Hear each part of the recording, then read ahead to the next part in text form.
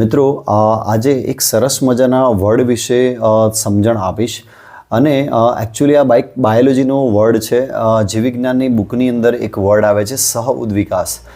અને મિત્રો આની સાથે ઇન્સ્પિરેશન થોડું આપીશ કે સહ ઉદ્વિકાસ એટલે શું મિત્રો, કે જ્યારે કોઈ એક સજીવ ઉદ્વિકાસ પામે છે ત્યારે એની સાથે બીજો સજીવ પણ ઉદ્વિકાસ પામે છે.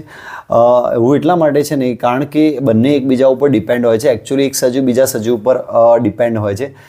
જેમ કે હું તમને એક ઉદાહરણ આપીને સમજાવું કે ડિયર એટલે કે હરણ છે, એને ખાવા મિત્રો જે વુલ્ફ હોય છે એની પાછળ ભાગે છે.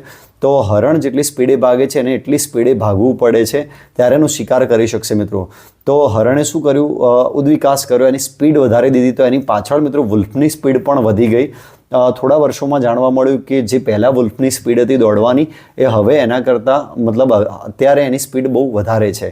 તો આનાથી એક આપણને એક મળે છે, પ્રેરણા મળે છે, મતલબ શીખવા મળે છે કે એકચ્યુઅલી પર્યાવરણ પ્રમાણે ચાલવું પડશે. આપણે પણ ઉદ્વિકાસ કરવો પડશે કે જેટલી દુનિયા ફાસ્ટ ચાલી રહી છે એટલું જ આપણે પણ ફાસ્ટ ચાલવું પડશે ને એટલું પરફેક્શન સાથે ચાલવું પડશે.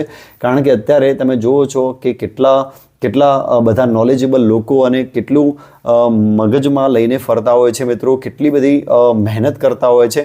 તો આપણે પણ આ દુનિયામાં મિત્રો આવી રીતે જ જીવવું પડશે, બહુ જ સ્પીડમાં અને બહુ જ પરફેક્શન સાથે, અને ઘણું બધું કામ કરવું પડશે, ઘણી બધી મહેનત કરવી પડશે. તો જ મિત્રો આપણું સ્થાન ક્યાંક નક્કી થશે, નહીં તો નહીં થાય મિત્રો, રાઈટ. તો તમારે પણ એક પર્યાવરણ સાથે એક સહ ઉદ્વિકાસ કરવાનો છે મિત્રો. તમારે પણ પરિવર્તન લાવવાનું છે ચોક્કસથી, તો જ ફાયદો થશે. અધરવાઇઝ મિત્રો જ્યાં છો ત્યાં ને ત્યાં જ રહી જશો. તો આઈ હોપ મારી વાત આ સમજાવી છે, બાયોલોજીના અનુસંધાનમાં મેં સમજાવી છે, રાઈટ. તો તમે સમજ્યા હશો મિત્રો. ફોલો કરજો. વાત ગમી હોય તો લાઈક ચોક્કસથી કરજો, બધાને શેર કરજો. Thank you so much.